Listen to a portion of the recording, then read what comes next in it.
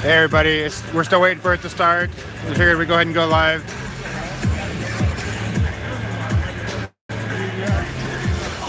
As you can see, we're still waiting.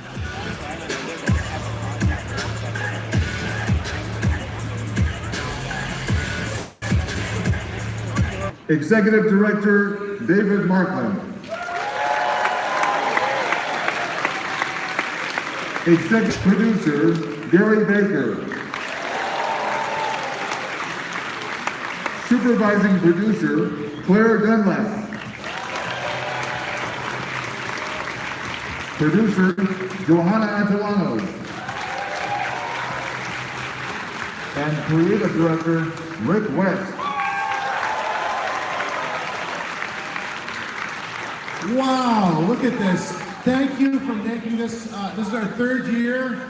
We have, I'm sorry. God, that's loud when it goes pretty loud. I'm going to repeat that because it's important. Wow.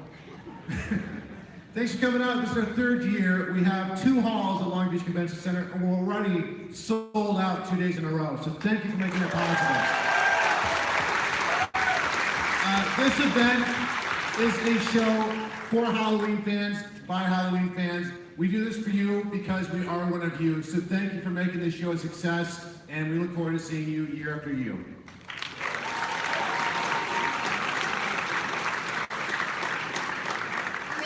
Very much, and the people we really want to say thank you to. And if you see anybody wearing a white bat t-shirt, please reach out and say thank you to them. They are the lifeblood of our team, the White Bats. I truly believe we have the best volunteers ever. They really work, they're dedicated, they are so wonderful. So thank you guys so much for showing up for all of us.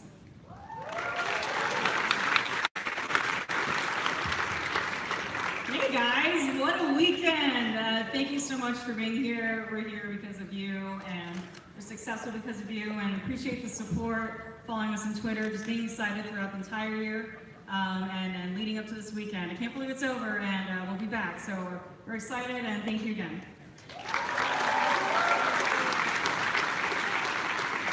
I have to say, I am so blown away with the entire crowd that came in this weekend. And I have to tell you, 3 years ago when we decided to start this, I'm so glad we did, because we did this for the fans, we did it for the vendors, and we did it for the presenters. And I truly think that we are becoming the biggest show in California.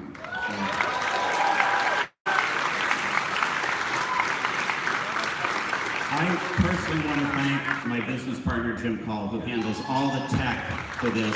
I think we have the best tech on the West Coast. Also my godson, Anthony Call, and Todd Hessick, my friend out there that runs the video too. And we have Lionel Pestamante, who is our stage manager. He's done an awesome job. And ladies and gentlemen, the voice of Midsummer, Kevin Horton.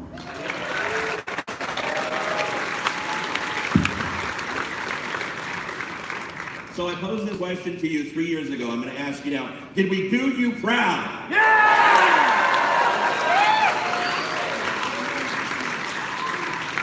As everybody has said, we've come together every year to do this for the best community in the world. You guys are a show of force. You're a force of nature out there. Long Beach Convention Center is our home, and we've embiggened the Hall of Shadows. Did you guys like that this year? How about that vendor show floor? And of course, all the panels and presentations. It can get bigger and bigger, and we will get bigger and bigger, but guess what? The star attraction is right here. It's all of you guys. You are the community. You're the reason that Midsummer exists. So we are very excited for this last presentation. It's something that we wanted for a long time. Any Halloween Horror Nights fans in the house?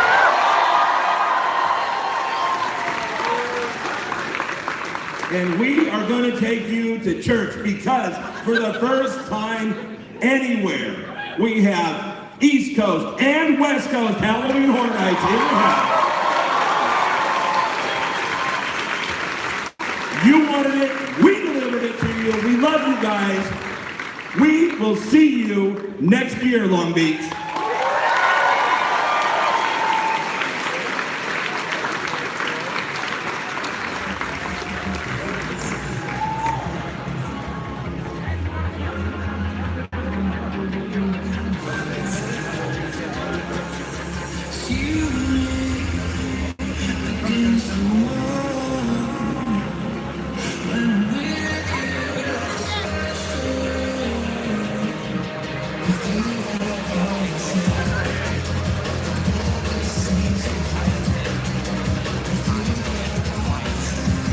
I know we have a lot of Orlando people watching, so make your plans now. Get out here next year.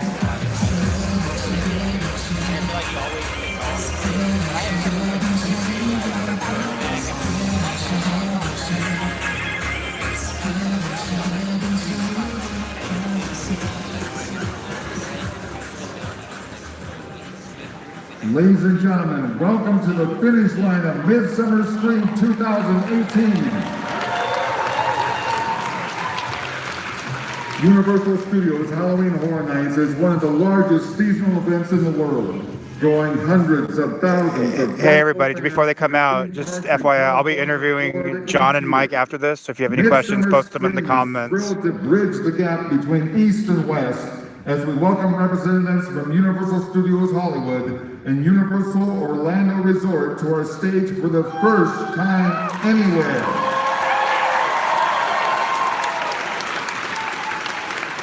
Please welcome together for the first time anywhere, creative director and executive producer for Universal Studios Hollywood, John Murdy.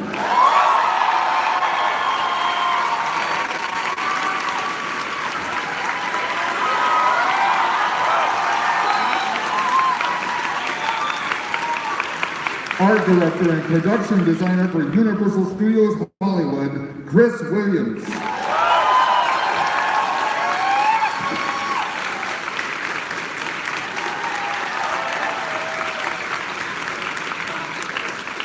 And Senior Director of Entertainment Creative Development for Universal Orlando Resort, Michael Aiello.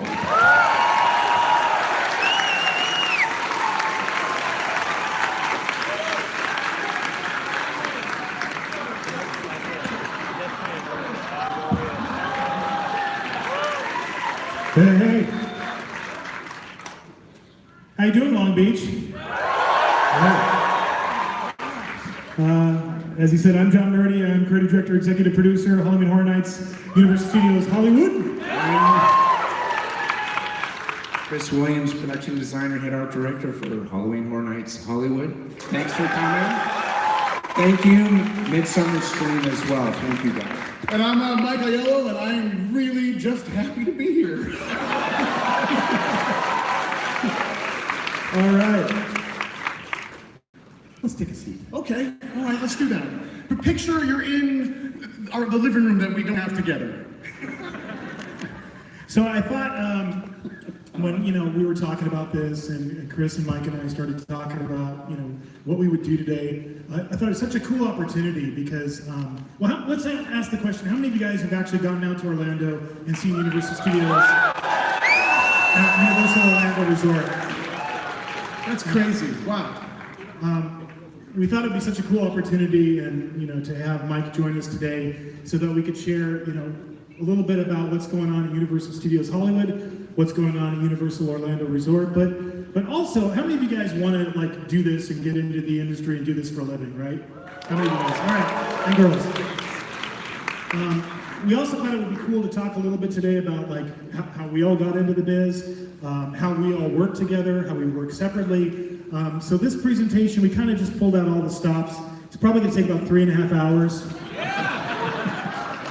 No doubt.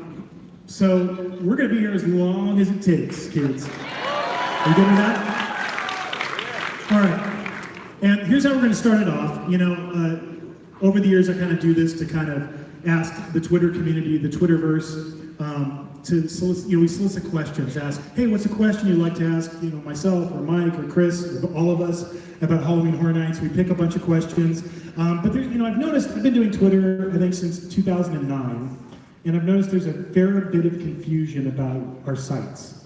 I always get people who are like asking me Orlando questions. I don't know if you guys get people. The handle is similar. Hollywood, yeah. So we're gonna just real quick, just so you guys always know who you're following. This is the Twitter site for Universal Studios Hollywood at Horror Nights, right? This is the Twitter site for Universal Orlando Resort. Don't blink, it's not that different. It's just the big O, the big R, and the big L. Mike also has his own site, and It's really boring, you don't want to go to that. Go to the... he's verified. I've checked it out. He's verified. It's just pictures of me and my kids, and like here's the cereal I eat for breakfast this morning. But if you're really into cereal, you can follow Mike. In at least a couple states. So the first question from Twitter is, and this is probably the single most important question we're going to answer all day today. Why does Orlando call their attractions house, but Hollywood tends to use the term maze? And this is from Is It October Yet? The answer is pretty mundane. A haunted house was always the term back when the event started in Orlando in the early 90s, and it just kind of stuck. But I will say, when we're creating together or talking about, the terms are a little interchangeable for us when we're talking about it. But in our guides and on the website for Orlando, it's always been haunted houses. When I came in '97, they were always called mazes, actually. But Do you know why? I don't know. I really don't. I don't either. know. And Because they're amazing. there it is. Trademark. It's not even like the real definition of a maze, because we're not confusing you, we're not putting you into dead ends, we're not doing anything. If you really did that, the throughput would be like 200 people an hour, and the lines would be 6 hours. I think the honest answer is we have no idea. We really don't. And when I came in 2006, when I came to bring back Horror Nights with Chris, they just said, you're going to do one maze this year, and I went, oh, okay, we'll call it a maze. That's it. Thank you. Is it October yet?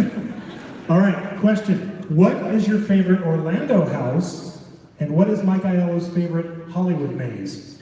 This is from @HHN Fanatic. I'm sensing a trend here.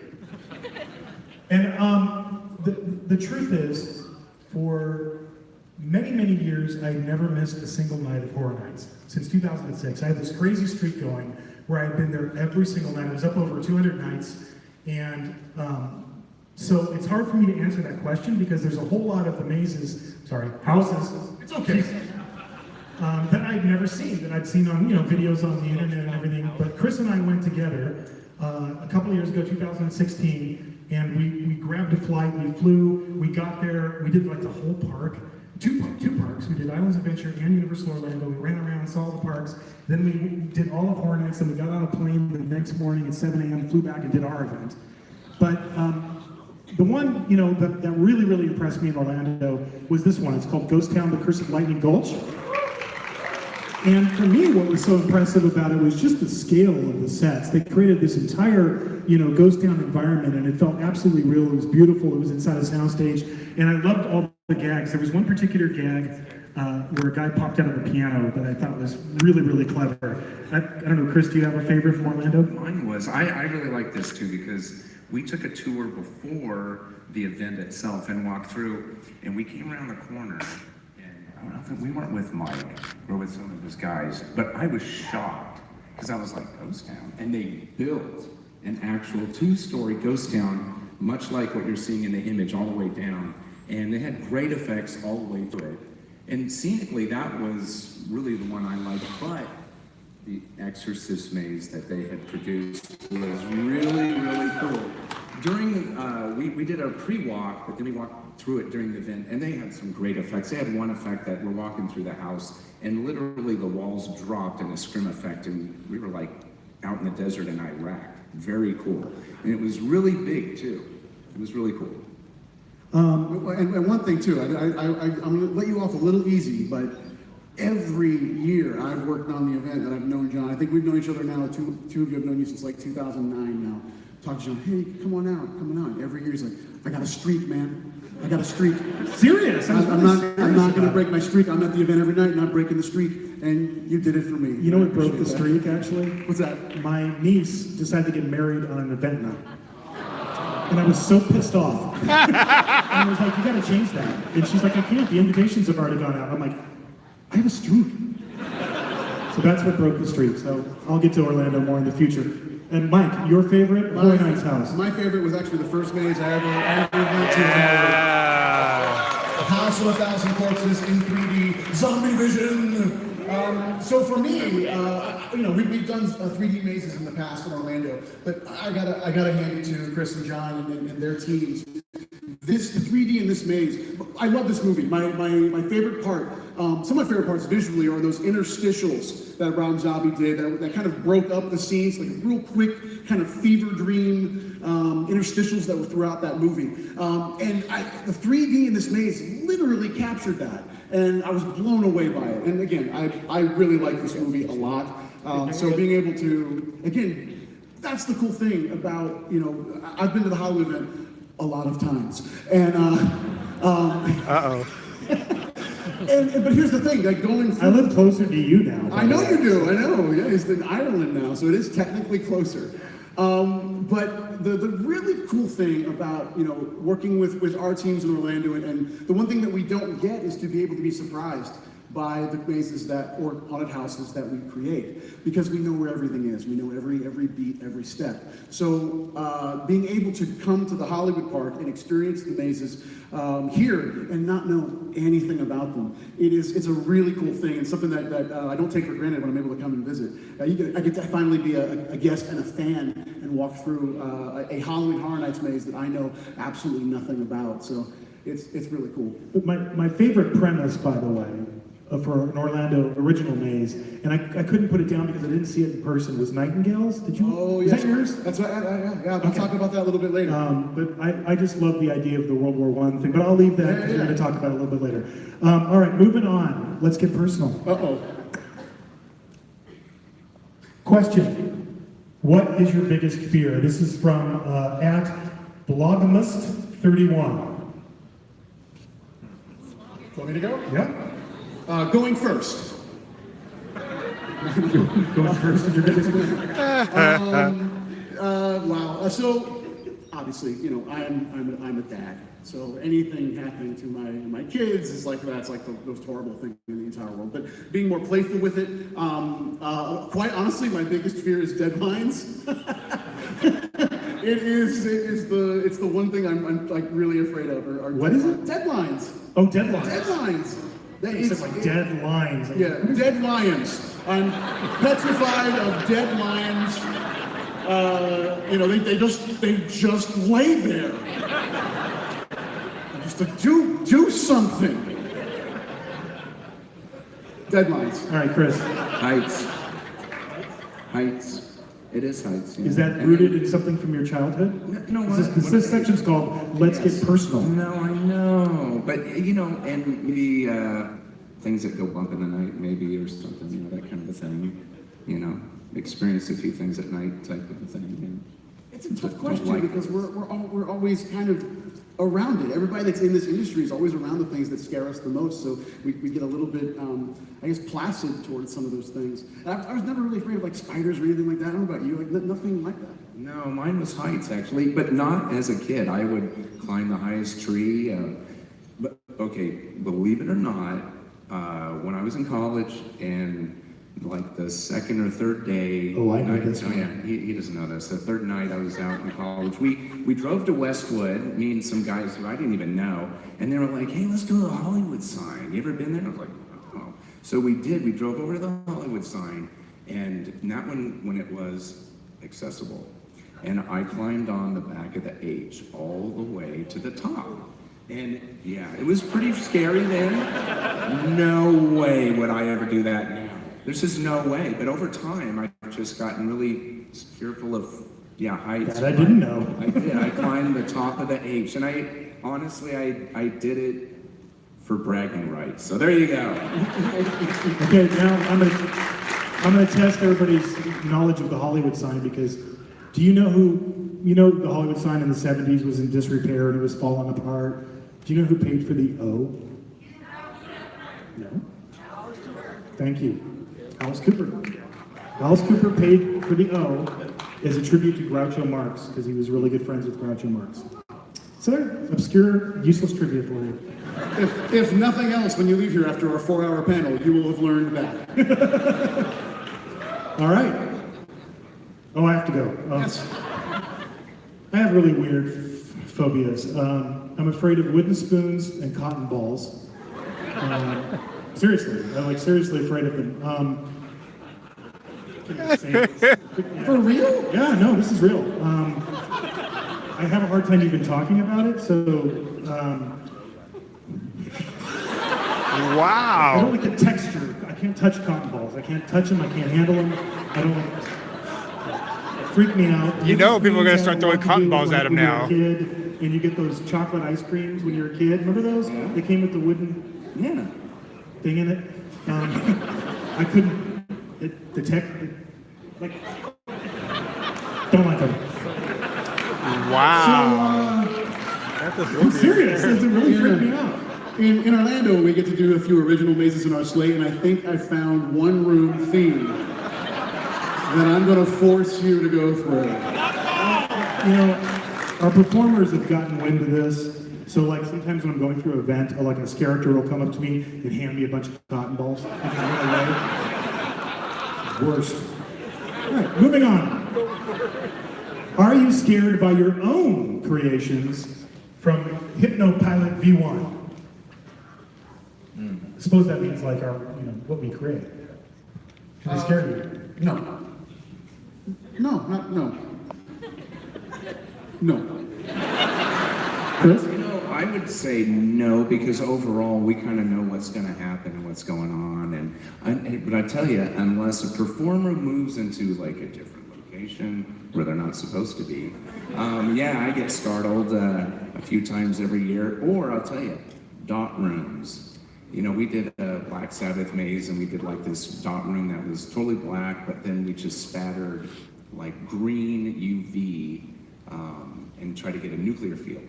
So I'll be honest, when I walked in there and I'm looking for them, and they blend in so well that I'll scan the room and I'm looking, I know they're looking at me, and they're right here, and I can't tell that they're right here the whole time. So there's a few times where I do get startled, yes. Yeah. I think it's the same thing. It's hard for your own haunted house or maze to scare you, but the performers, it's like they have a radar. They know when we're walking through. I'm sure you've experienced this, Mike. And they're just like, they just become obsessed with scaring you, and that's terrifying, honestly, because you don't want. The worst thing you could do is scream in front of your own performers. This is really embarrassing, but they have made me scream so many times over the years. And then, then backstage, you'd be walking backstage and they're like, I made you scream, And then you feel really small. I lied. What? I misinterpreted the question. I thought it meant like the ideas that we have. Did you think it meant like did your children scare you? Oh, my children terrify me. So we're talking about like when the event is happening, we're walking through. So yes, there was a moment, and that was An American Werewolf in London, the first time we did it in Orlando.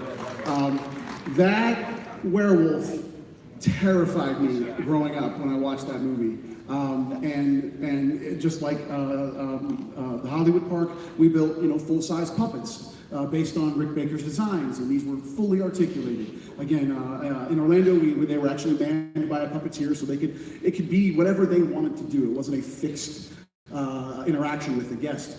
And we had created a kind of a darkened space to simulate going through the moors. And it was a right angle turn. It was the first wolf in the maze. And I had not seen it fired yet. I literally held back not seeing it in the actual space for the first time, because I really wanted to get the reaction that an average person would. So walking around that corner, and when that thing fired, and seeing that in real life to scale was like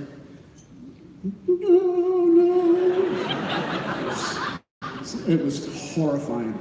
And it was like the coolest thing ever. Like, so I'm totally frightened. I'm literally trying to just get against the wall and just going, oh, let's get to the next thing. I want to see it again. You know, it was cool. But you know what the best thing is when you take a filmmaker or an actor through a maze that's based on the property that they were involved with, and you scare the hell out of them. That's like the best thing in the world, you know. When you're taking somebody through, and you know, I remember when we did all those premiere parties for Walking Dead. We used to host all their premieres every time they had a premiere, and I would just go backstage and watch the monitors and watch all the different actors from Walking Dead go through, and I'd just be like, hey, his own character just, you know, scared him. All right. What do you love most about your job? What inspired you to choose your career path?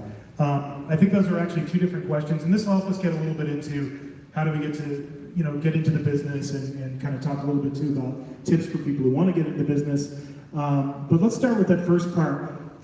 What do you love most about your job? So the one thing about what I do at Universal Orlando, I oversee an amazing team of writers and show directors and designers and technicians. And Horror Nights is one element of their daily job. It's one element of my daily job. But I'm also responsible for all of the entertainment that exists within the entire resort. Seasonal events, all the parades we do, all the nighttime shows. If anybody saw the Christmas Hogwarts Castle projection display, I was responsible for the creative on that. So I get to dip my toe into a lot of different pools. And Horror Nights is the one kind of constant freight train that exists more than 365 now. I know that's the same for both of us. So that's the really cool thing, is I've been able to evolve and really lead a lot of passionate people, are doing things that I used to do, you know, in my formative years with the parks, that now I kind of oversee. So it's been a really neat evolution that exists within Horror Nights, but also a lot of other content within the resort. So the diversity, the variety of things I'm able to collaborate with a lot of different teams. That's cool. I really dig the creative freedom that really movie or a film, and then, you know, see if we can you know, achieve a set or, you know, a character or anything like that. Pretty much, you know, one thing that's a really great thing is that we know we are going to actually physically produce 6 to 7 of these haunted mazes, houses, you know, in a year. We know we're going to actually do that. Where, you know, some creative institutions and other places, guys will develop stuff for years and it won't come to fruition. You know, one cool thing is that we know we have an end. We know where we're going to end with it. So, which I think that's just really cool. Yeah. I remember in an earlier part of my career when I was working in Universal Creative, in the beginning when I first started out, my ratio of things that I worked on to things that got produced at one point was 48-1. You know, like you generate that much material that would never see the light of day and no one would ever see it, no one ever walk through it or write it or experience it. So I agree with what Chris said. You go in, you have this mountain of stuff you have to create, but you know at the end of the day, all you guys are going to get to go through it. And the kind of sad part of it is you know it's going to go away too. So you know it's only going to be there for a limited amount of time. So that initial creative process is one of my favorite things. And then the other thing is seeing performers bring it to life. That's the second most favorite part of the experience of creating Horror Nights, and always has been for me. I love Chris and I's initial time when we work and we do all that initial creative work and the back and forth that goes on in that.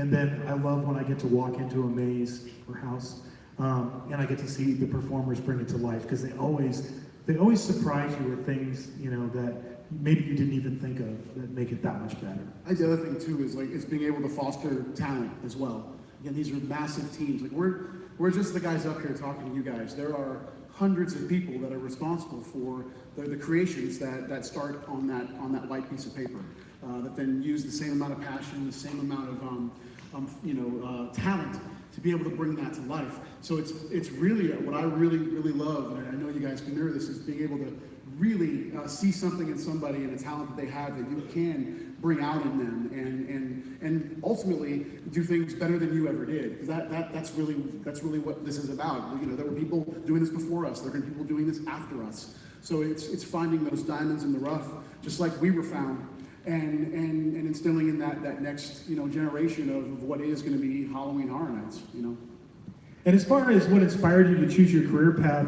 I've obviously talked about this before, so I won't go into great detail on this, but I'm a Southern California kid. I grew up going to Universal Studios Hollywood. There's two seminal events in my life that set me on the path that I'm on now. One was my mom letting me see Frankenstein when I was 4 years old, and that forever, made me obsessed with the Universal Classic Monsters. That's me in those really bad 60s pants, looking at an equally really bad Wolfman. That's Universal, probably 1972. And when I learned that you could come to Universal and you could actually meet the monsters, that was kind of it for me. So every time my parents would ask me where I wanted to go on my birthday, I always wanted to go to Universal. So both the movie studio and the theme park really inspired me to want to do this. And then, Chris. Movies of the 80s, all those practical effects and such, big inspirations. They really were. My parents were as well. My mom was an artist. She did a lot of oil paintings, and that was a big inspiration, watching her paint and such. And a lot of that stuff translates to even into scenic painting and such.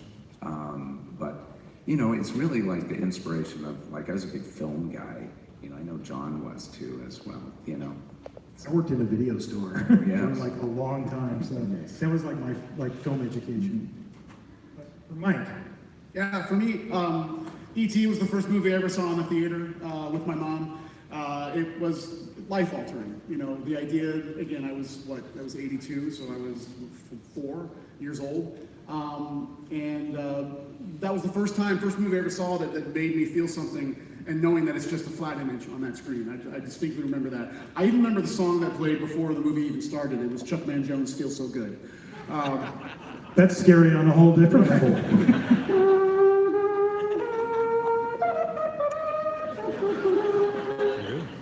Look it up on iTunes. It's snappy. Myers, gets shot, falls off the second story, lands, and then later on in that ending, you just see his outline. And then the brilliant thing John Carpenter did was just cut to other homes in the neighborhood, almost kind of searching for him. And I distinctly remember looking out the window of my room, going, "He's out there." How did they let him get away? Again and again and again. And I distinctly remember that, looking out that window, just being terrified, because the neighborhood I saw on that screen looked eerily similar to the one that was right outside my window, and that was brilliant. Cool. What training and schooling would it take to one day join your team of concept creators, and your positions specifically? Okay, well, we'll see you later. Have that removed. And what course should we take within the company? This is from Kyle Harden at Yahoo. Thanks. Yahoo K. Thanks. Training, schooling. Yeah, schooling is a big deal. It really is, because, hey, I'm looking for somebody, in a sense, if I'm, say, looking for an art director, somebody with experience, really. That's what I'm really looking for. So experience that they've already have experience in production in some way, entertainment production. And that all backs up into schooling. Schooling gets you your experience, and experience will get you to really where you need to be. But it's really, the schooling part is more of a theatrical training in that respect. And you're fine arts, right? You're a fine arts. Yeah, I had a different approach, actually. When I was in school, I didn't have a theatrical training, but it was in fine art. So that was the direction I had, basically a starving artist. But, when I would think about that and think of the future, it's I don't want to paint on a bunch of canvases, and I surely don't want to starve either, So, in my wacky brain, I was really looking at different approaches in fine art. So what I would mostly create, honestly, were art installations or environments. So, I've talked about it before, which I've created environments in hell and other aspects like that, and more spiritual environments that actually those help me to get, smaller jobs that I get experience to be where I'm at today, actually. How about you, Mike? For me, I didn't go to college. I was all life experience. I really think, you know, there are two types of people. Well, there's many, but there are two that I'll define here. There are those that really like the structure of being in school and that sort of classroom structure, and there are those that simply don't. Those that absorb materials differently, and I'm certainly in that category. For me, and the type of people that we look for to join the creative team at Universal Orlando is someone that honestly has a passion for the thing that they really want to do. A lot of the show directors on my team, Charles Gray, Patrick Blair, Blake Broswell, and they're led by an amazing woman named Laura Sauls. I've been with her for years and years and years, and she manages that crazy group from a day-to-day standpoint. And all of them have different backgrounds. Like that's the one unique thing, is there isn't one way that anybody gets to do this. I'll talk one thing about being here. Let me say once, what Rick and his team have done with this event, there's nothing like this on the East Coast at all. Nothing like this. It is an amazing thing. It's an amazing thing. And you're seeing it out here, that the passion that goes into a lot of the people that are in the Hall of Shadows doing their thing with the home haunts. And we met a girl named Aurora who did a home haunt. Yeah. Did you guys get to go through that trick or treat? Very cool. Yeah, the fact that, you know, she just has a passion for it, and there are resources that are available to allow her to achieve the vision that she had. And that's really what it comes down to. It's what all of us have done, is we had a goal in mind, you know, that we saw way out there, and really no way to get there, but there is the first step. And you're seeing that happen all the time over these last 2 days in that hall, and all year when people are making these amazing haunts. It's passion, and that is the number one quality that you have to have in an individual that's on a team of other passionate people. And I think, yeah, the Hall of Shadows is a great example of this. You know, I meet so many people that, you know, like, how do you get into the industry, and what do I need to do, and how do I get your job, et cetera, et cetera. What's so beautiful about that is just do it. You know, just make something. Because everybody has to start somewhere.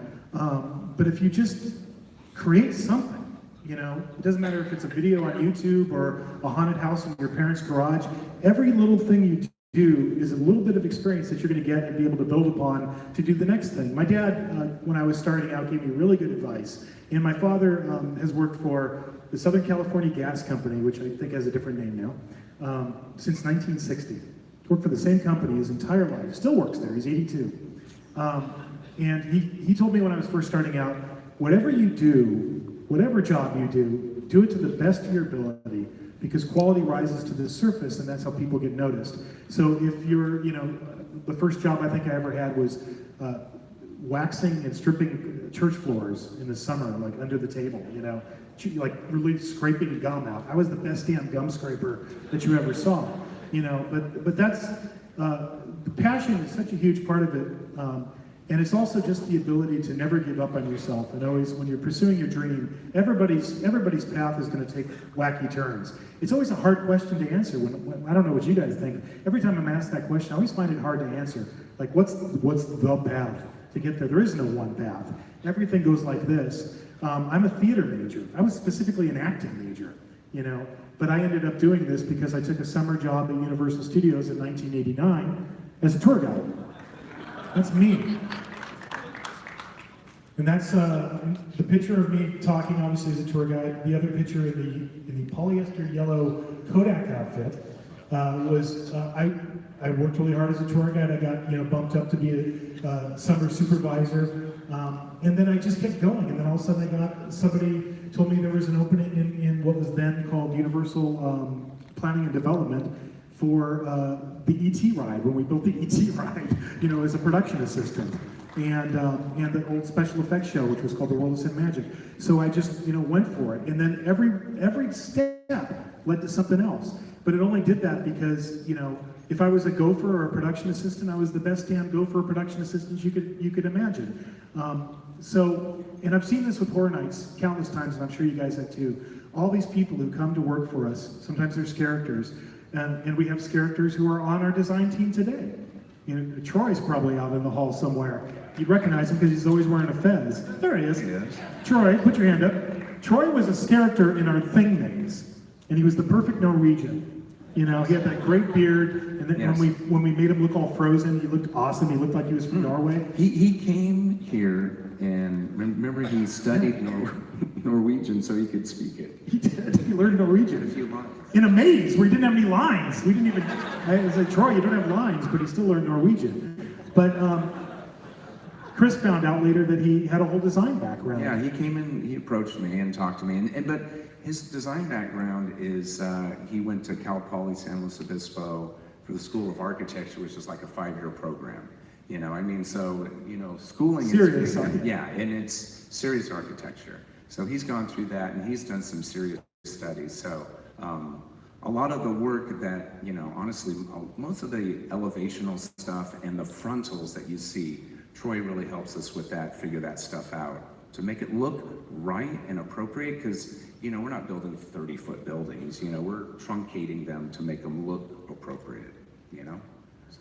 And then since I had some free time on my flight, my 48 hours I traveled to be here today, I raided Mike's Facebook page to find out exactly where he came from. Look what I found. Would you like to explain this, Mr. Ayala? Yeah, so I've been with Universal in Orlando 23 years. I started when I was 17 years old. And the picture there of me in that blue shirt, that's me as a skipper on the Jaws boat ride in Orlando. I love that ride. It was awesome. It was awesome. It was going to be a summer job. It was going to just be 3 months, and then I was going to, you know, move on. And it became a 23-year career. So then I literally would change the script of the tour because you know I wanted to change it up. But I was Did you take it to Jaws 3D, or did you, how did you change it up? No, it was more Jaws Revenge. Yeah.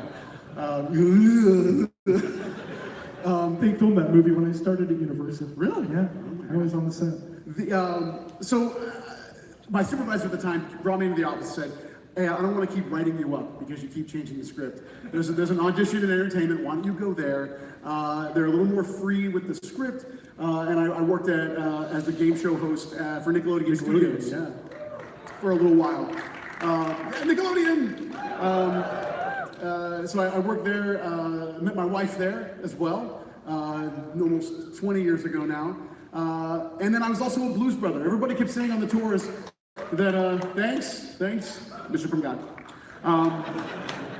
Everybody kept saying I look like Dan Aykroyd in my younger days. I don't know if I still do now. I don't know. You tell me. But I auditioned for that show and then got it.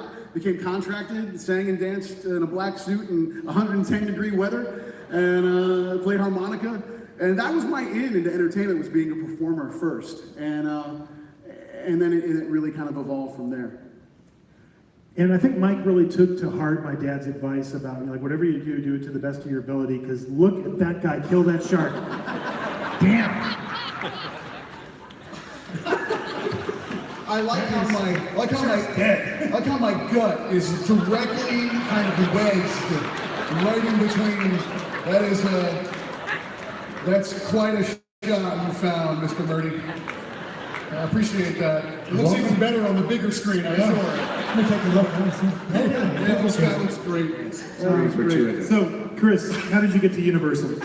Well, you know, I honestly, February was my 20th year at Universal, actually. So I came in, well, here, let me back up a little bit. Out of college, I was very fortunate to get a design position with maybe another theme park in the area that does Halloween events, kind of a thing. But from there, I took that and pushed that into doing that at a couple of those parks for a few years. And that's where I gained some pretty darn good experience. And then in '97, I was working for a company, and we heard that Universal was doing Halloween again, because they had tried to boot it up a couple of times in like '85 and '92. This was in '97. I came with another company, and we got the contract to design 3 mazes, and if I remember right, it was like Crypt Keeper's Film Vault and Area 51, and I think we did another one which was like a classic monster. Yeah, I think I went through those actually. Yeah. And so that was in 97 to 2001. Well, that was in 97. I got hired right after that season. I got hired out from Universal. So, you know, I kind of came in as management. I came in, you know, they created a position as an art director, honestly. They didn't have anything prior to that. Been very fortunate, you know, in that respect. Because honestly, that had happened, that was several times that happened at a couple of these parks, honestly. They see some value into something, you know, and kind of took advantage of it. So I've been there for like 20 years and just doing it, right? You know? But I think what's cool is that you can see, like, Chris came in already at the management level. Mike and I started as frontline employees and worked our way up. So there's all kinds of different roads and all kinds of different paths to getting where you want to get. But the important thing is your dream and always keeping your focus on that. Thank you for switching the slide, by the way. You're welcome. I knew you wanted me to do that. Okay, we're going to do one more of these questions, and we're going to start getting a little bit into talking about our process, and then we're going to share some stuff from 2018. What is the most troubling, disturbing, scariest scene you can think of that you both created? In other words, which scene has stuck with you the most and made you question your own sanity for even creating it? Wow, they used all of the text in that Twitter. For me, this is a behind-the-scenes picture from our maze La Llorona. This is when we were building it. And Chris and I wrote this scene, we put this scene together, and then, you know, I didn't have kids at the time. I don't think I could do that scene today, honestly. It was, you're going over the river and you find La Llorona's dead children floating in the water. And what was even creepier about that is, I remember they were too big, and you had to cut them in half. Yeah, we sectioned them so they're about that thin. So they would float, you know. The water honestly was like 3 inches thick. You know, it was very, very, very shallow. We had to colorize it so you wouldn't see the bottom of it. And I gotta be honest with you, you know, I agree with John on that. You know, this is like the creepiest thing that, you know, that we did. At that time, John didn't have kids. At that time, I did, and they were young, you know, so yeah, we had a lot of conversations about that. Not only the kids, this was kind of the first maze that we had some religious iconography in there as well. And we debated a lot on that, if we should, you know, show that, and we decided to as well. You know, and also, if you know the lore of La Llorona, the eater of children, we showed that too. She literally ate them, really, you know, intense, I think. You know, we talked a lot about that and debated that. You know, I think the big thing is on this is something that we created out of our own mind. We didn't look at a TV show and go, hey, we're gonna grab this scene and do it. It's not like from a film and pull something from that. It's something that we were thinking about and how to present it and how to show it and show it to you guys and make it scary and creepy. So I really think that is the one that La Llorona really threw out. I would agree. And then for Mike? Yeah, to Chris's point, you know, being able to create something that is from your own brain and the team's collective consciousness and create that isn't replicating a movie scene or anything like that. In Orlando, we kind of divide our line between IPs and originals. So several years ago, we did a maze called Nightingale's Blood Prey. It was based, a story I wrote based around the Battle of Somme, which was the bloodiest battle of World War I. And I'm also a huge Doctor Who fan. So I wrote the story, female doctor! How about that? I can't wait. I wrote this backstory literally as a Doctor Who episode. Like, this would have been like my version of the Monster of the Week. And the Nightingale is a carrion monster that only appears in areas that there's a lot of death and mayhem, because they're carrion. They don't kill, they only feed on the dead and dying. So placing this storyline within the bloodiest battle of World War I, this was pretty intense. We literally built a maze that was below ground level. The guests are walking through World War I trenches. And this chaos is happening all around them. The entrance to the maze was a trench that literally had a tank as the centerpiece. You actually walked underneath it. It was to scale. massive facade for it. But this was a pretty intense maze. This is one of my favorite original mazes that we did in a while. All right. Let's talk about living horror movies. We've done a lot of them. This is just a fraction of the movies and TV shows and other licensed properties that we've done over the years. But I thought it would be cool, we'll do this, we'll run through this, we'll go pretty fast through this part, and then we're going to get into talking about some of the things we're doing this year. But I thought it would be interesting just to talk about the process, because I got this question: when considering IPs, what elements set a property apart as a good fit for a maze? Now, Chris and I have always had 3 rules, and sometimes we break them, but most of the time we try to stick with them. And it's pretty simple. One is awareness. And that simply means, do people know it? Do they want to see it? The reason I use this particular image, this is from, I think, Halloween Horror Nights 2007 or 2008. Notice something about this ad.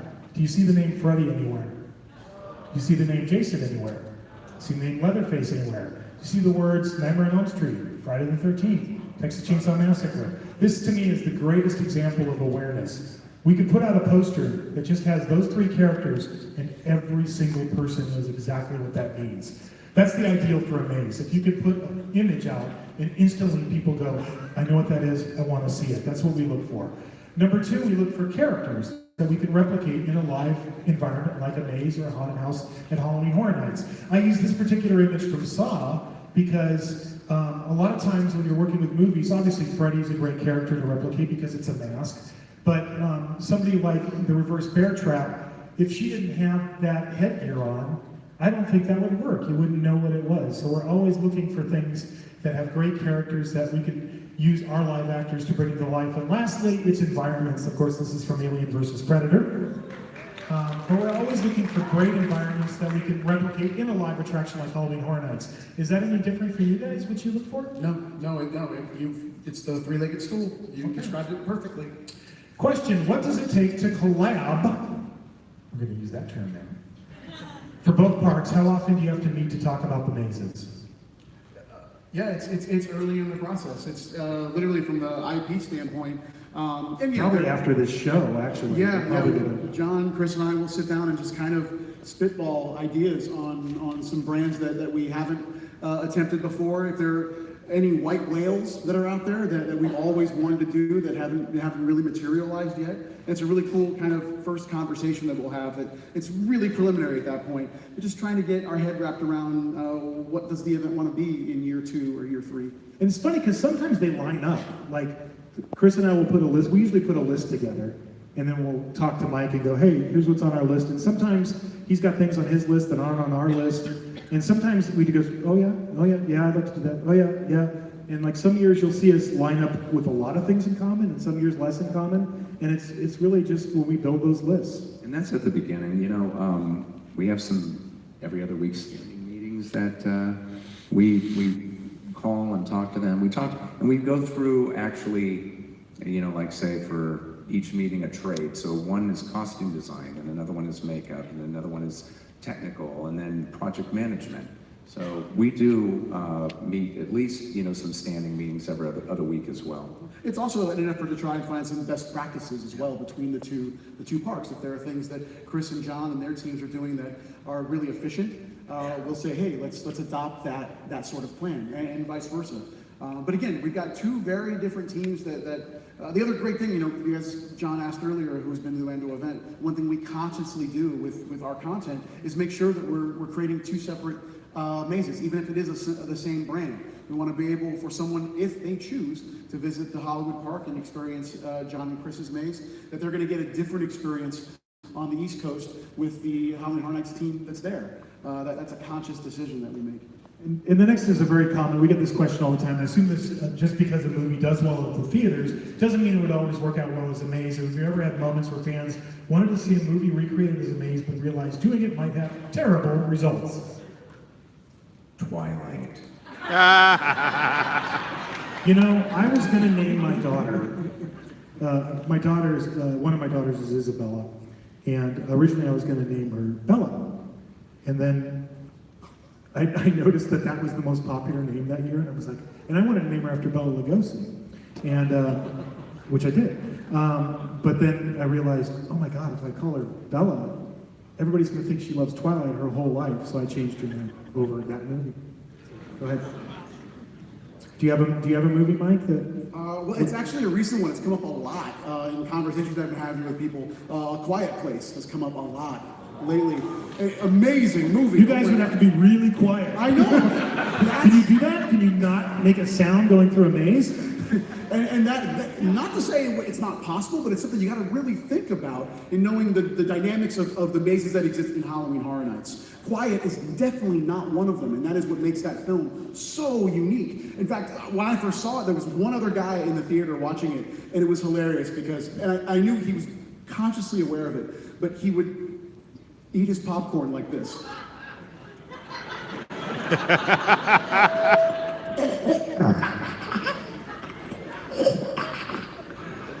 In like the most inopportune time, and I'm just sitting. I'm like 3 rows ahead of him, just going, come on, man.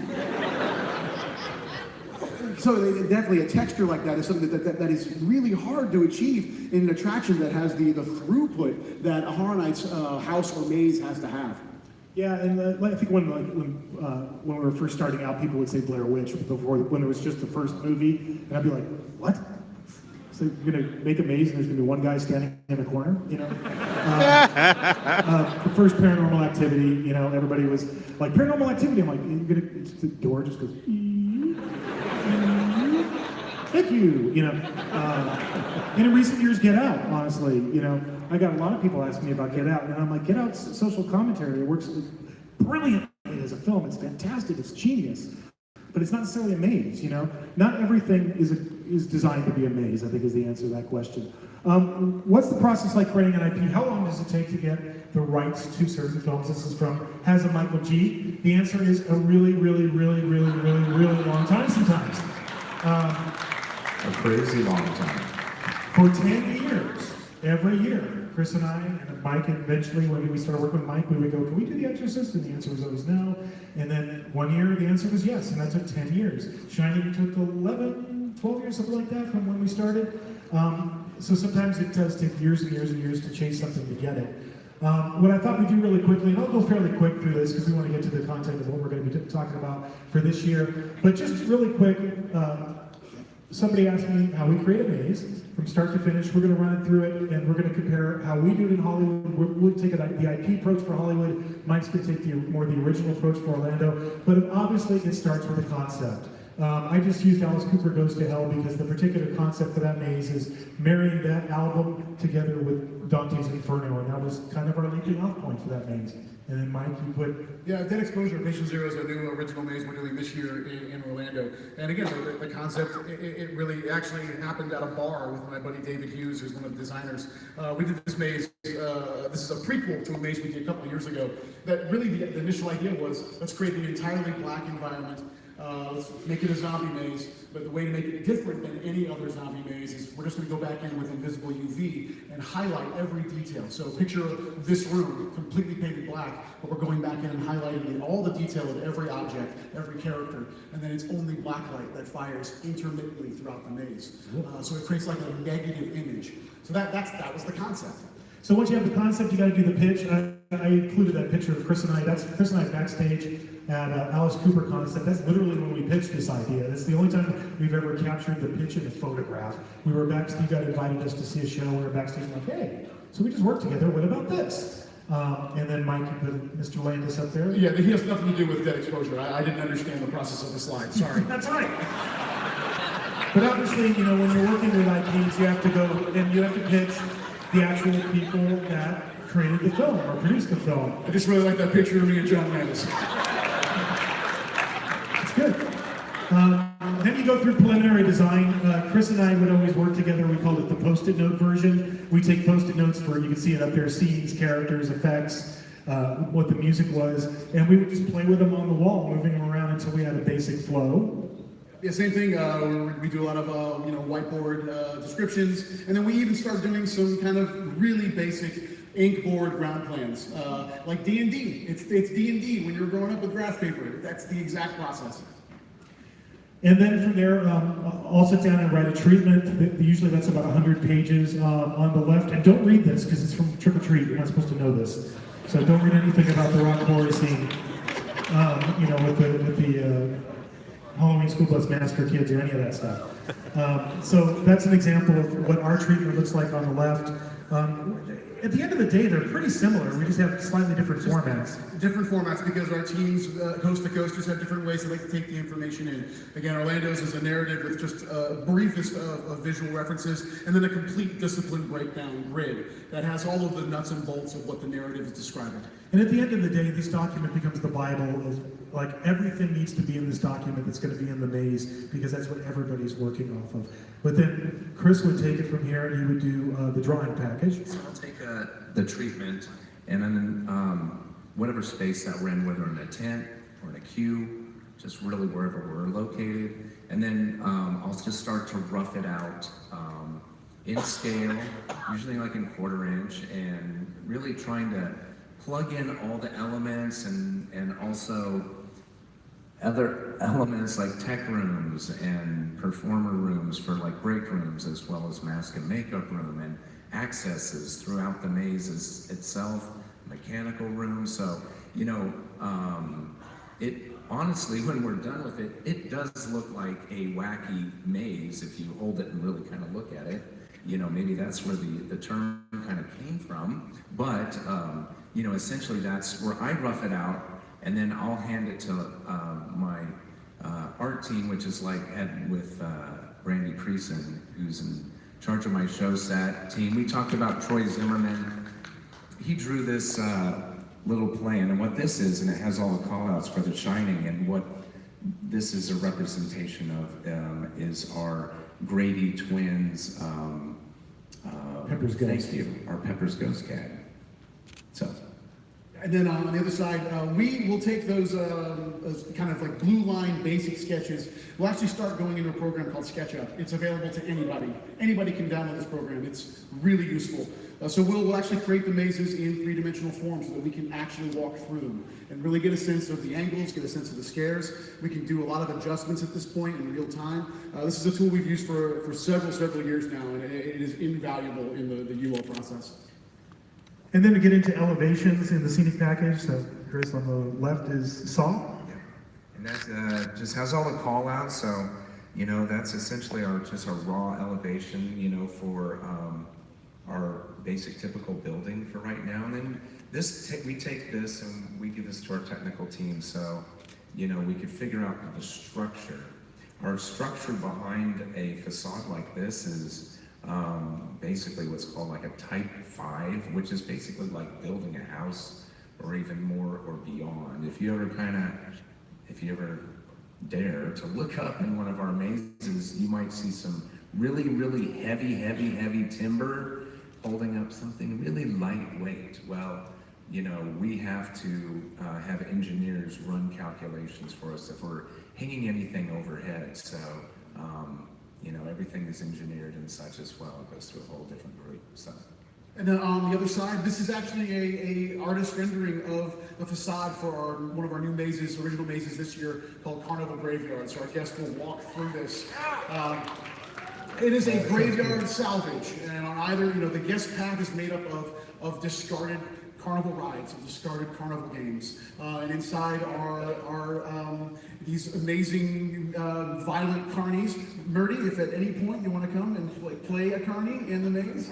I am one. I know. Now you can play one on TV. So yeah, this entire maze is all made up of kind of found object.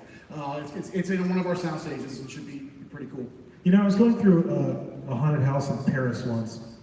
When Mike said carny, it just made me think of this, like an old bus bar ride, those little shaky little rides, and it was terrible. But the very last scene, there was a guy inside it that threw a towel over your head and went like mussed your hair, and then you bust out the doors, and I was like, wow, Jesus, how many times did he put that towel on people?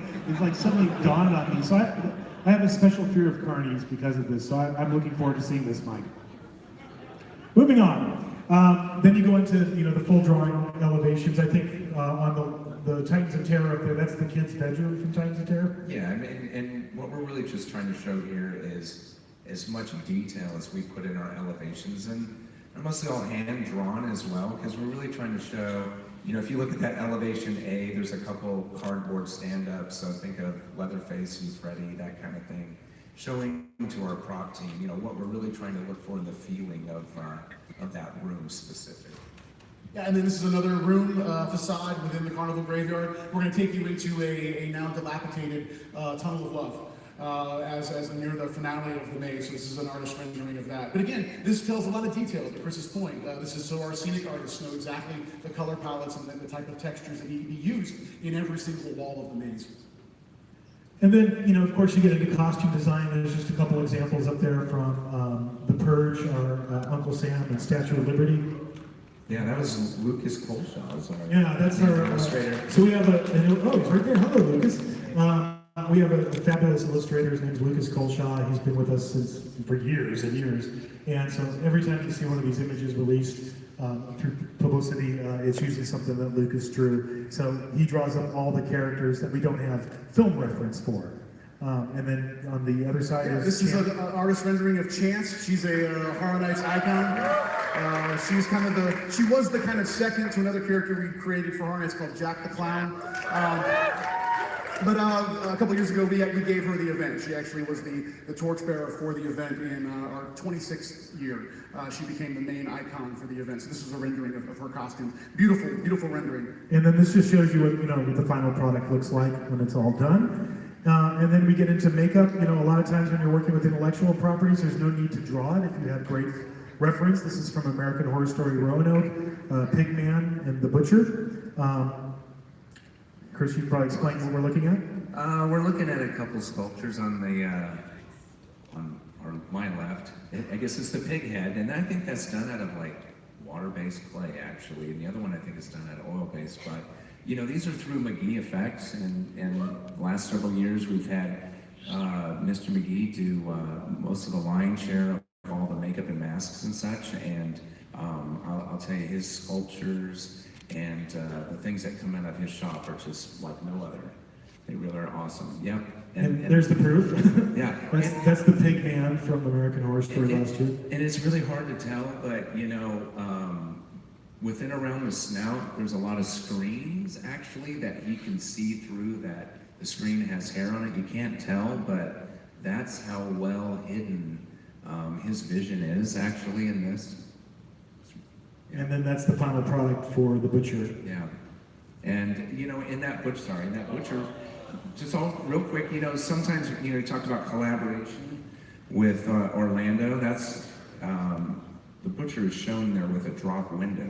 We started doing drop windows last year, and that was really based on what John and I saw from Orlando and how we felt that we could implement those as well. So, you know, that's some collaboration that we do work with them on. Okay. This is a sculpt for the Killer Clowns from Outer Space Scare Zone that we'll be doing for our event this year.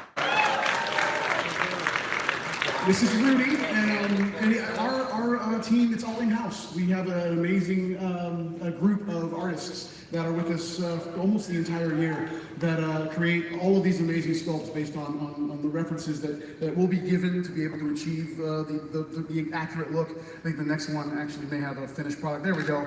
There he is. So yeah, this is going to be a scare zone. It's going to be in our South Street portion of the park, and we're going to do most, if not all, of the Killer Clowns. So Fatso, and Sling, and Spike. Daisy, I think, is going to be out there. You're going to see the ice cream truck, the Terenzi Brothers ice cream truck. This is one of those white whales for me. This is going to be a lot of fun. Probably worth mentioning too. Somebody had a very good question I didn't include in this panel. But it's worth bringing up. They said, well, how come sometimes like Orlando does something first or Hollywood does something first?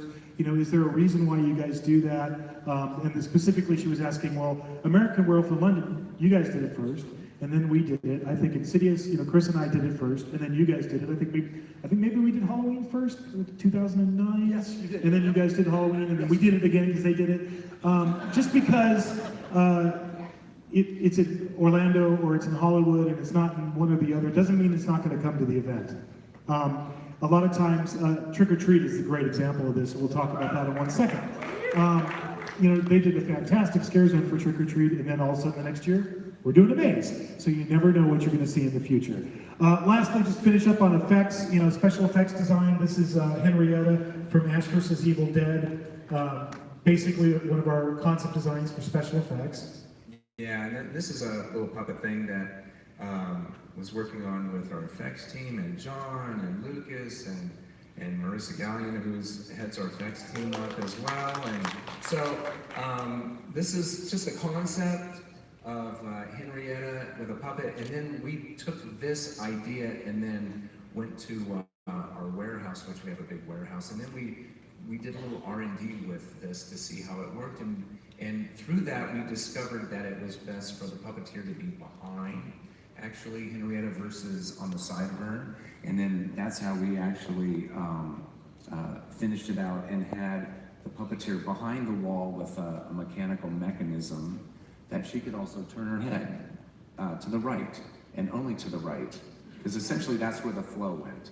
It came at you and you went over to the right. So. And that's the character being sculpted with Pat McGee's shop, and that's the final product. And that's her turning her head and scaring that girl to her right. Yes. Yeah. And then Mike. Yeah. So when we decided to do Alien vs. Predator in Orlando, one thing we're trying to keep in mind at all times is how comfortable our characters are within the maze. And early on, we made a choice that we wanted all the aliens to be puppeteered, because we did not want a character to try and manage the size of the xenomorph head, knowing that it's very large and it could be uncomfortable. So all of our aliens in our maze were all completely puppeteered by human operators. You know, the proboscis, you know, shot out, the whole thing. It was really cool. And then I think we've got a finished product. Yeah, there he is. Yeah, we had 8 of these in the maze sprinkled kind of throughout the maze. But yeah, again, this was an exercise in how can we do a character differently that ensures that our performers are able to be comfortable. And then, you know, just to finish up on the scenic production, I showed this slide earlier. This is from Alien vs. Predator, but I'm going to step through a series of slides that just show you the process to get to that. That's the finished product. So this is that same scene, right? This is right before. This is, we painted. Or is this a suicide cult? I can't tell what's going on. This is the scene. It's painted, it's aged, it's propped, it's ready to spray foam, actually. You know, you can see over their hands, I believe, and their heads. You know, we're trying to keep the foam off of them, and we'll come in. And I think the next page shows, yeah. We'll come with a big urethane foam rig. We're talking a big system that comes in, and we're trying to put like this secreted resin, you know, it's our intent of that, you know, within the alien predator world or the alien world, there's a lot of different ways that in the films that they have portrayed this kind of a look to it, but you know, this is kind of our look as well, and we take a smaller foam pack and create some of the more smaller tendrils or tentacles on that as well. And then we really tried to get, I know it's kind of odd, but you know, I grew up on a dairy ranch, so I kept explaining to my lead scenics, hey, I'm trying to get like this manure, a cow manure color, you know, and that is right there you know, and they nailed it. They finally got it. I didn't have to bring any reference in or anything like that. We figured it out, you know, on site and everything, but that's, you know, we're really trying to get a weird, nasty, sickly green color as well, brownish. Yep, and there's the finished piece. And that's what it's all lit. And then Mike has an example from Dead Waters. Yeah, Dead Waters, we did a almost 3-story tall riverboat that our guests walked through for the maze. It's one of our soundstage mazes. So there's a color elevation that kind of describes the look and feel. You can skip ahead. There was an in-progress version of the riverboat. And again, it was as if it was sinking into a bayou swamp. And then the final product kind of lit up. That was the facade. It was absolutely beautiful. It was named the Susan Moore. She was a costume designer that passed away during the production of this. So we named the boat after her. All right.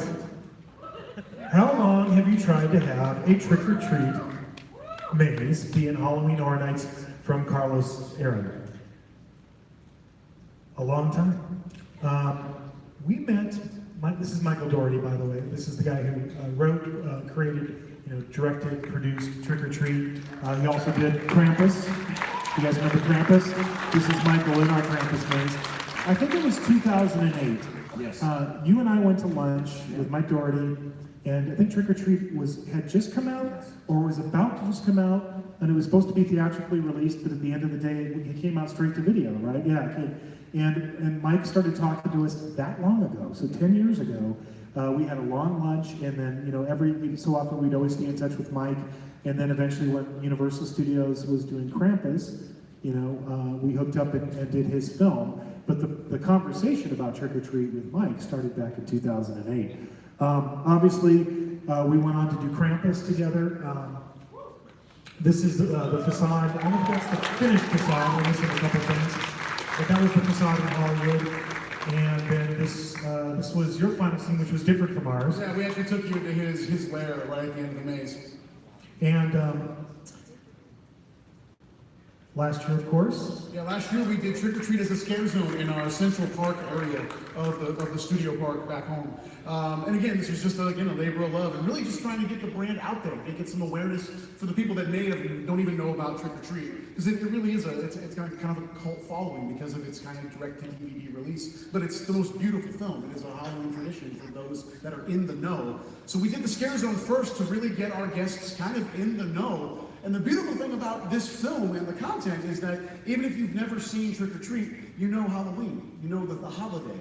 So there's a lot of textures there that are immediately that you immediately grab onto, even if you've never seen this film. And if you've never seen Trick or Treat, I doubt it's a single person. Yeah, you have to. It is like it's the Pulp Fiction of horror films, in my opinion.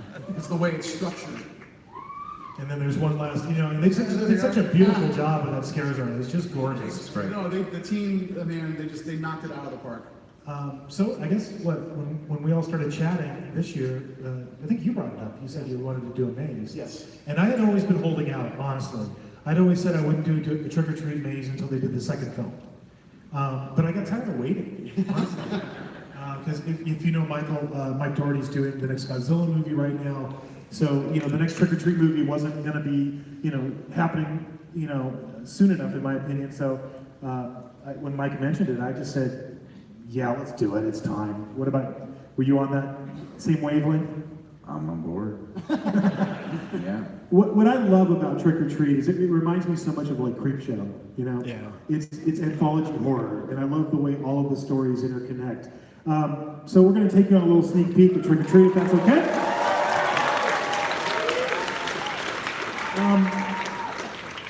So, we talked about this a little bit, but do you each try to do a shared IP relatively the same, or do you like them to do your own twist on them from SoCal Exploring? And I think you answered it earlier, Mike. Yeah, I think, I don't think we necessarily, in our minds set out to do that. I think it naturally ends up that way. Usually when we decide an IP, we go off and we design, Chris and I get together, we come up with our idea, and you guys get together and you come up with your idea, and then inevitably we have that moment, usually right before we're going to pitch it, to say, oh, how does your maze go? Here's how our maze goes. But ours is actually different right out of the gate on this one. Right out of the gate, it's different, yeah. Here's an example. So for Hollywood, the facade for the maze is going to be Emma and Henry's house, right? And really, when Chris and I sat down to design it, it's because it's the first scene in the movie, right? And we really liked the idea of the ghosts out front. We like the idea, oh, there's the house, by the way. It's in construction right now. It's being built. This is prior to props and dressing. Obviously, we have to do all the ghost figures. But we like the idea of kind of teasing Sam. So the first time you see him, he is like the sheep ghost. It's just like how Emma tragically encountered him in the movie. And of course, you're going to run into Emma as well when you're going through this section. But for Orlando, because we had done the zone already, we really wanted to kind of hit the guests over the head with something large in scale right off the bat. So we're beginning our maze with Creek's house. This is in our parade building facility. So we're building Creek's house, and this is to scale. You're going to walk through the front door to scale of Creek's house. So these are some in-progress photos of the facade for our Trick or Treat maze in Orlando. But the thing I noticed right away when we all started comparing is that we hit all the same beats. Like literally every beat in the film that's in our maze is in Mike's maze, and vice versa. They may be in different spots, but all of the same beats are going to be hit. And just again to just like we look at each other's work. Sometimes we blatantly steal things from each other. We blatantly stole this idea from your Scare Zone, actually. The idea of doing the puke scene. If you don't know what we're talking about, maybe Mike, you could explain Yeah, what you guys did. so in this story, obviously, Wilkins, he has kind of poisoned a lot of the candy that he gives out to kids who have been bad. And this unfortunate young man eats some of that candy and he vomits profusely. The most chocolatey vomit you've ever Bloody, seen. chocolatey, Yeah. it's disgusting. So we recreated this in the Scare Zone. We actually had made a dummy of the small boy that on cue could vomit right there in front of the guests as they were walking through the zone. And then Wilkins was a live performer, so he would kind of draw the guests in closer and then cue it right before, right when they didn't expect it. And this poor dummy of this kid would just profusely vomit all over the street. It was awesome. And we both saw what Orlando did, so we incorporated a similar effect in the maze. So when you go to, the principal, and I should mention, because it's an anthology horror movie, we're really trying to introduce the different sections. So there's like little tableaus that introduce the idea, oh, this is the principal, or this is, the Halloween School Bus Massacre, or this is Surprise Party. So we're going to do all of that as you're going through. And then you sent me a video recently where you guys were R&D with Marissa and her team, the Mr. Pukey or whatever we're calling him. So I can tell you the way that we've positioned this is that you guys will definitely get wet. Pukey wet, yeah. which is better than normal getting wet.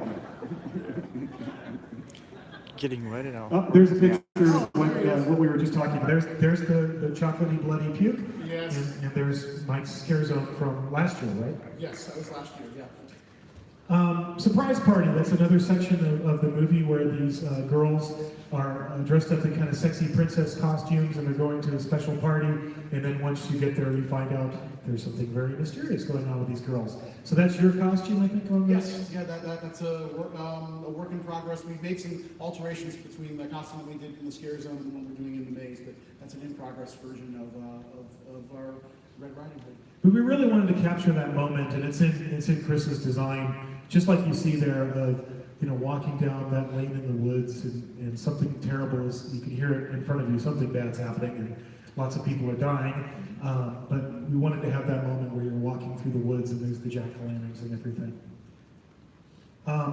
As I mentioned, something bad happens with these princess girls. They all start to transform, and at first you think they're kind of turning into vampires because they get the fangs and the features that are very vampire-like. But then they rip off their flesh and they turn into werewolves, like that. Ooh, it moves. So we can just watch that.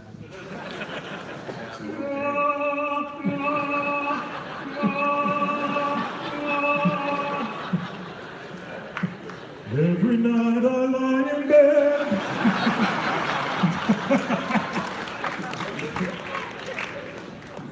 I do the whole song. My kids would want to sing.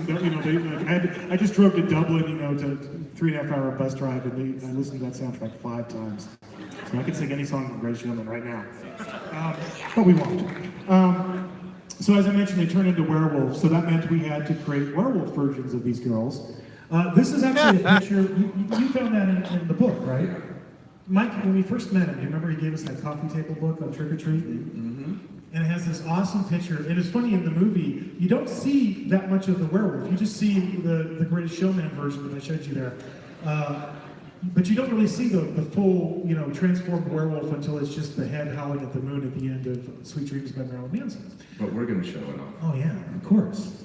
So let's show it off. This is our sculpt for the Werewolf Girl. This is done by Pat McGee Effects. And how we've gotten this positioned is that our performer will look out the mouth there, through the mouth, to see vision. So, we can alter the head to make it look very canine. And it's such a weird combination because you also have to marry the princess dress to this. So it's just a bizarre thing. And then Mike? Yeah, this is an in-progress version of a puppet we're developing for the wolf as well. So you'll see a couple different versions of the wolf in the maze. This is, again, in progress of a puppet that we're building to be able to really attack the guests. And much in the same way, again, that's one thing we learn on things we've done in our past as well. Figure out how can we improve it, change it to make it a little bit better, a little bit more quality. But yeah, that's a little sneak peek there. And we're working on a similar thing, but it's not quite sculpted yet, so I couldn't share it with you today. But you'll see in the maze. And then, of course, you know, there's the Werewolf Girls mid-transformation. We actually, in our maze, you're just going to see them as the Werewolf Girls, but you're going to see this look in the scare zone. Oh, damn. Oh. You didn't hear that. But this is going to be the, yeah, we're doing a trick-or-treat scare zone in addition to There we go. Oops. There's your announcement.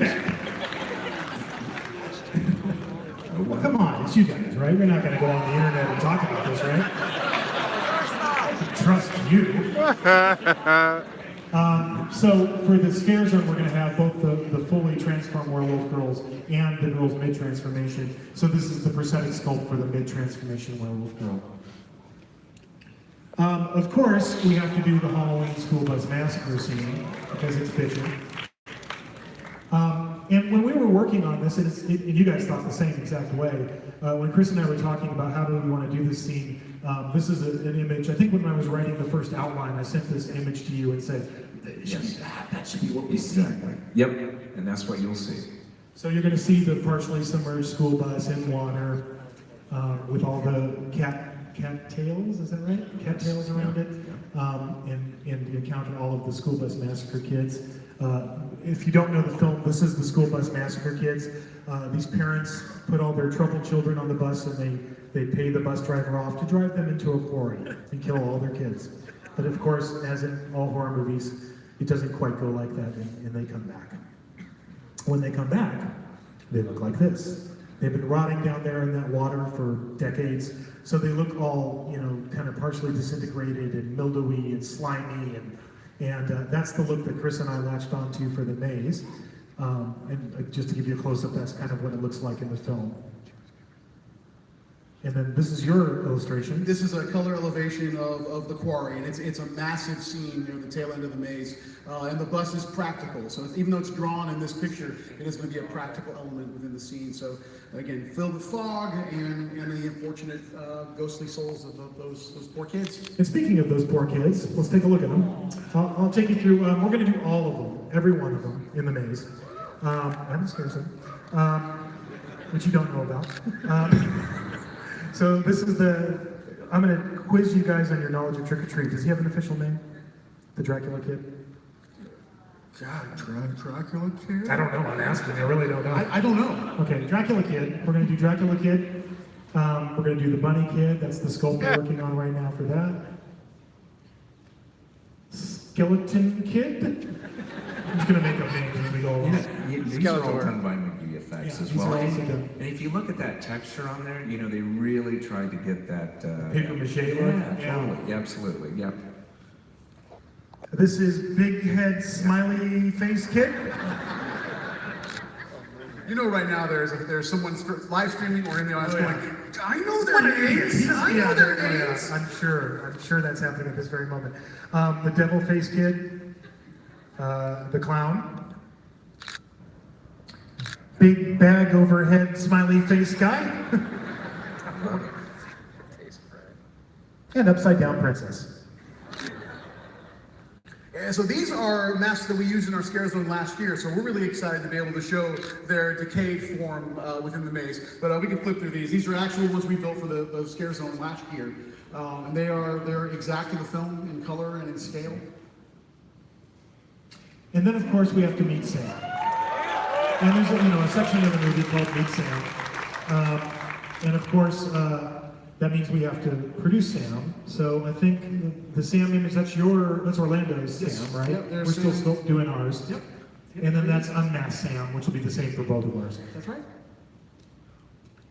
And then, just weird little practical things. Sam is a tiny little guy. But he's got this prop, this broken sucker prop that he uses like a knife. So on the smaller one, that's actually Trick or Treat Studios, the mask company. That's actually the one they sell, but you had to make it bigger, yeah?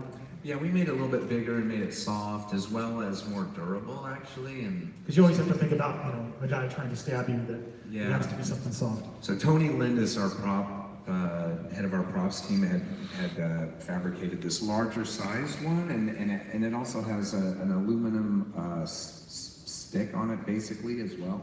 So Beef it up. yeah, absolutely.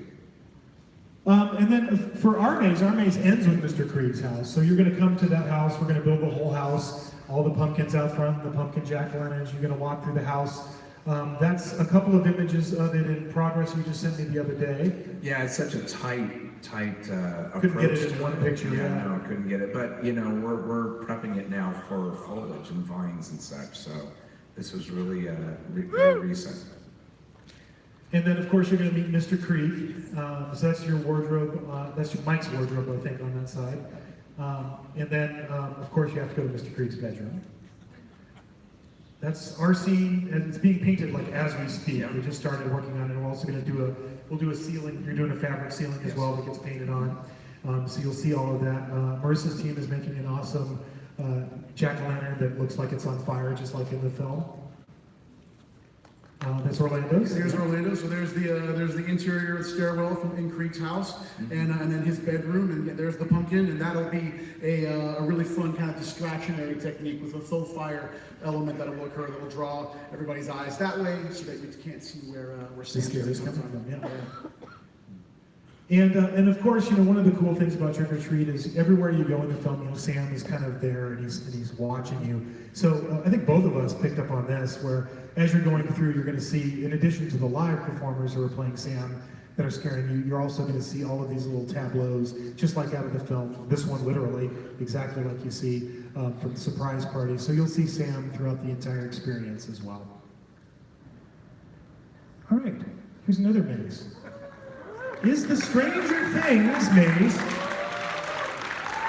How many of you guys are Stranger Things fans out there?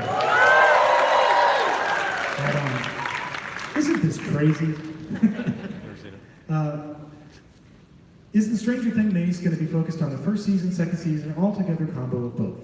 From Isaac Munoz. It's going to be focused on the first season, actually. It's funny. Again, I have to give credit to you guys on Twitter. You guys are the ones who made me aware of Stranger Things right when it debuted. As soon as I look at Twitter and everybody was talking about Stranger Things, and I was like, oh, I got to watch this.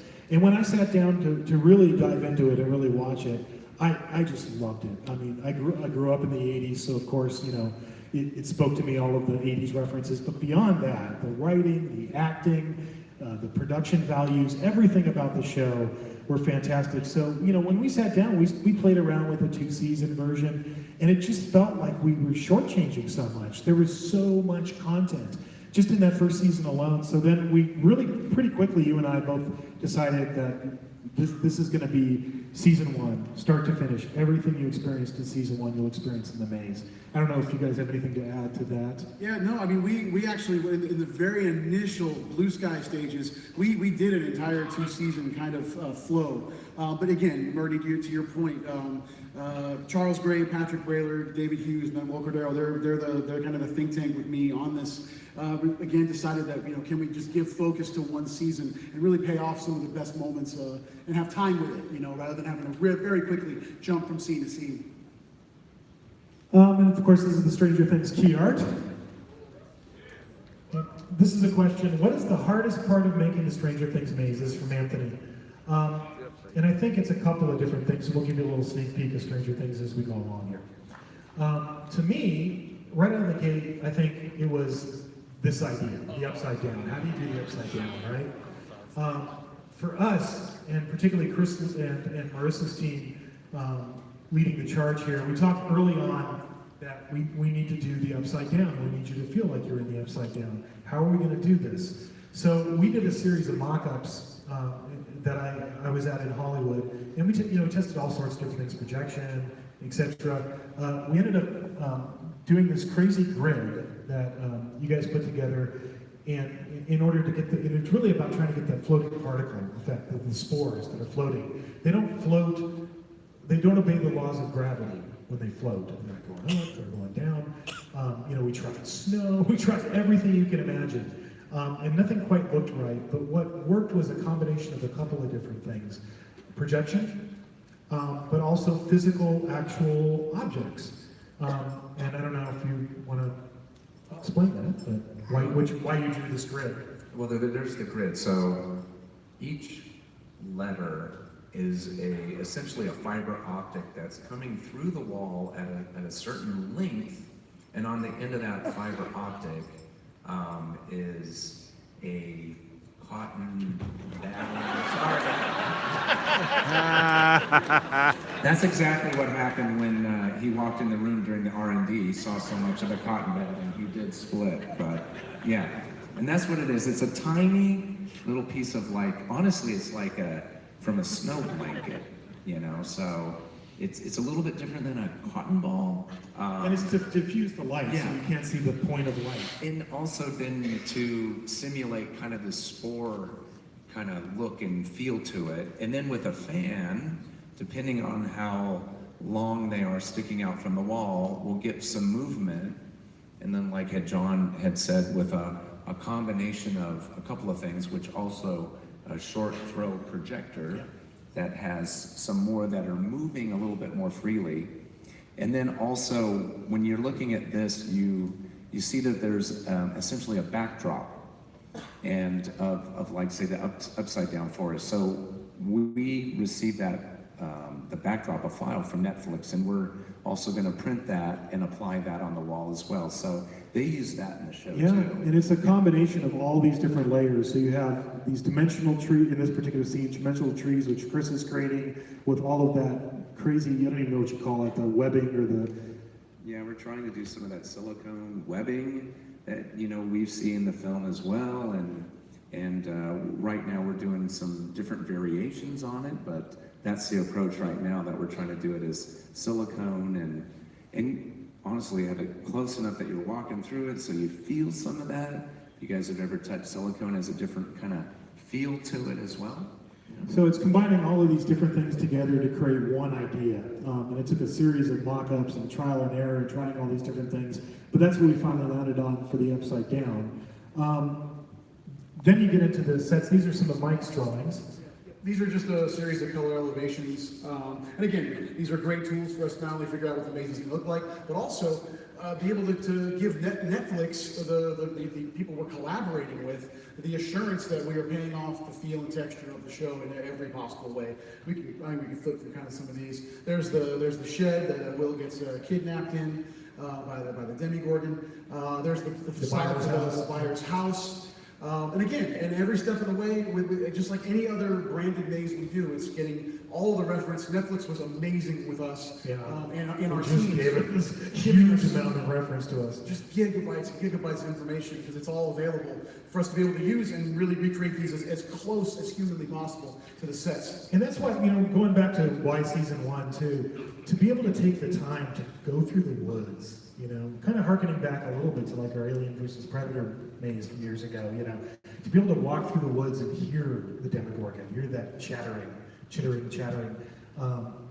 and to build that suspense. That's something we really wanted to do with this maze, to be able to go into the buyer's house and the alphabet wall and all of those things that are so iconic on the show. You want to see all of it. So we're going to give you all of it.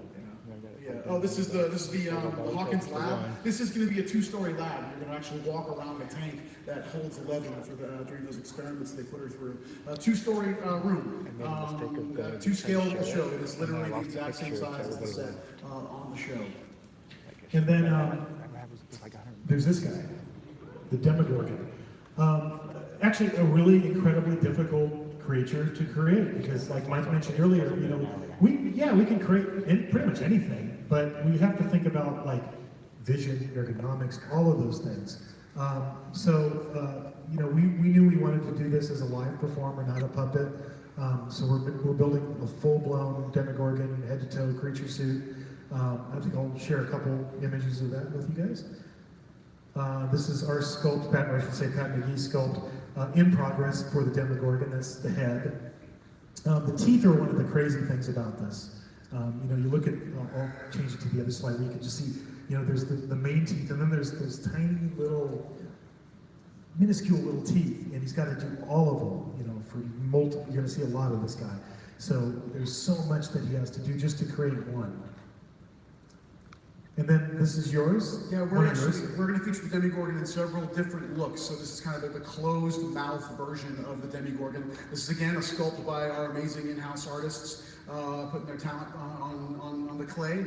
I think the next one is an open mouth version. Yeah, there he is. One thing we're doing with the teeth like this, at least in Orlando, these types of smaller details, when our performers are moving, they're usually the first thing that starts to break down. So we're actually going to 3D print all of the teeth into this mesh that we can actually replace an entire layer of the Demigorgon's, head in one fell swoop, very quickly. Because we know for a fact, just based on the erratic movement that these performers are going to do within this costume, want to make sure that we can make it look the same way every single night, even if it takes, within the hour to be able to fix and replace. Oh, one thing too, we're also doing a puppeted version of the Demigorgon. We're building busts so that they can actually open and close throughout the maze. So there's several key moments within the maze where you'll see that version of the Demigorgon. So that's just a little sneak peek at Stranger Things. I think we should give you guys something. Yeah.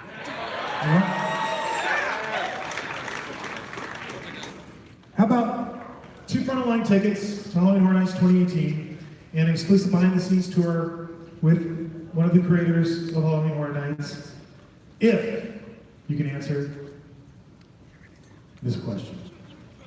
Here's how we're going to do this. You can be the judge, okay? Okay. Because in what I have here,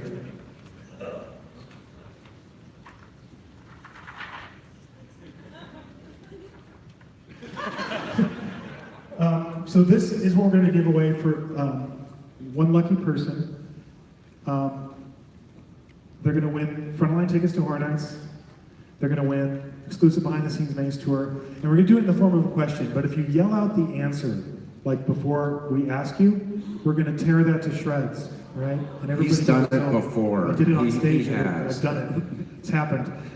Murdy, I'm going to let you judge this. There's too much pressure here. I don't want to do this. But we've done this, we always do this. And the reason we do it, and before we get to it, is because if there's one thing I know, and I'm sure Chris and Mike will say the same thing, is we are so very, very, very privileged, lucky to have the dedicated fans. I mean, look at all you guys. This is just amazing. Believe me, we appreciate it. As people who started out, building mazes in our parents' garage and, all the things that everybody does when they start out doing a home haunt, and to be able to get to do this for a living and to do it for all of you guys, that is a huge privilege. And to see this event grow, both in Orlando and in Hollywood, from where it began to where it is today, there's only, one entity I can think to thank for that, and that is all of you. So, thank you. Thank you.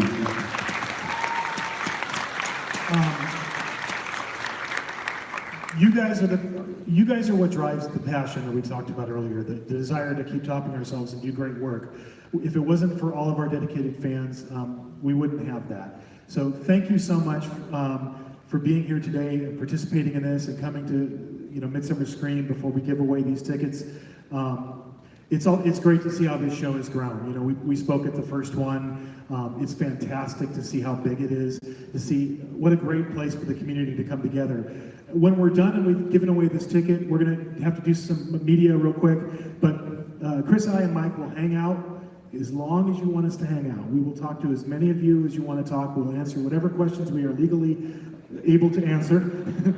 We can't answer, what's the next maze you're going to announce? It's going to be soon, but we can't answer that. But we'll hang out, and we're happy to hang out. Thank you guys for being here. We really appreciate it. Let's get to this question. All right. We're going to do this differently. This is going to be done with a picture instead of like words this time. And I'm going to give you a little bit of an exclusive with this too. I'm going to show you a sculpt we didn't show you yet for something we're doing today. And you're going to have to tell me who the character is, right? I'm going to just show you the makeup sculpt. And I'm going to ask for a hand. And then I want one of you guys, to pick the hand. I'm not going to pick it this time. This is your thing, man. I'm over here. Okay, but don't shout it out, okay? And I'm going to give you a hint because I know, got to prep you for this. It is going to be a 2018 sneak peek. You're going to see something that we're going to be doing this year. So it's a maze from this year. It's one of the ones we've announced. Happens to be this one, the first purge, okay? So I'm going to show you the image of the character, and then I want you to raise your hands. Chris, you're going to pick one person. Yes. I want to pick it. No, I'm not here, man. I'm not here. Who's going to do it? You're going to pick somebody? Okay. You're going to pick somebody. Okay, I'll let you do it. All right. If you mess this up, man. So come up here so you can see, though. What's your name? Oh, good for you.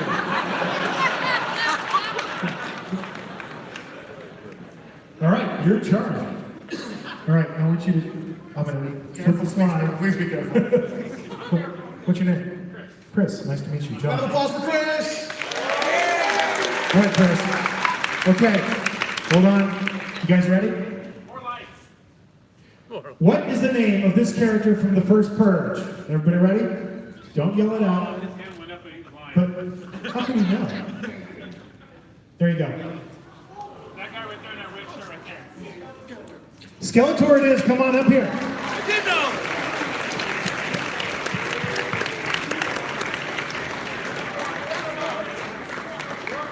There you go. So Thank you, Chris. the information is on there. I hope you enjoy your behind-the-scenes tour, your frontline tickets. Thank you guys. That is Skeletor from our first Pierce Maze. Thank you guys for being here. We'll be up front in just a second. Thanks so much, everybody. I had a blast being here from the East Coast. So awesome. Thank you.